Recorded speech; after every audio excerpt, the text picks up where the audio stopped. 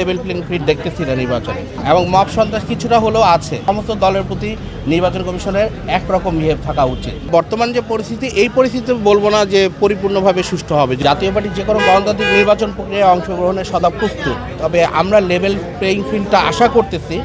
এখন পর্যন্ত আমরা অতটা পরিপূর্ণভাবে লেভেল প্লেইং ফিল্ড দেখতেছি না নির্বাচনে, এবং আইন শৃঙ্খলার পরিস্থিতিটা আসলে উন্নত হওয়া দরকার সুষ্ঠু নির্বাচনের জন্য। আমরা আশা রাখতেছি 12 তারিখে খুব সুন্দরভাবে যাতে আইন শৃঙ্খলা পরিস্থিতি এবং লেভেল প্লেইং ফিল্ড থাকে, আমরা নির্বাচনে অংশগ্রহণ করতে প্রস্তুত। এখন পর্যন্ত আমরা ওইভাবে প্রতিবাদের প্রচারণা তো এখনও চালু হয়নি, 22 তারিখ থেকে হবে।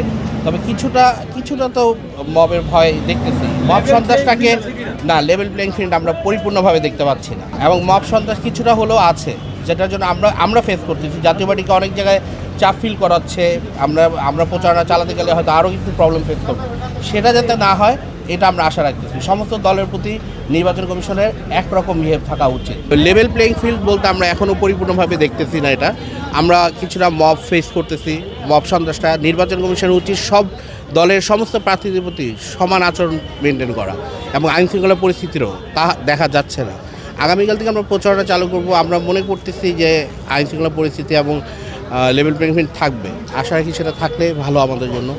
এখন বর্তমান যে পরিস্থিতি, এই পরিস্থিতিতে বলবো না যে পরিপূর্ণভাবে সুষ্ঠু হবে। যদি এই অবস্থা থাকে, যদি এখান থেকে উন্নত হয়, তাহলে আগামীকাল থেকে যেহেতু আমাদেরকে নির্বাচন কমিশন বললো আইন শৃঙ্খলা পরিস্থিতি সব কিছু কন্ট্রোলে আনবে, সেটা যদি হয়ে থাকে তাহলে অবশ্যই ভারত থেকে ভালোভাবে নির্বাচন হবে।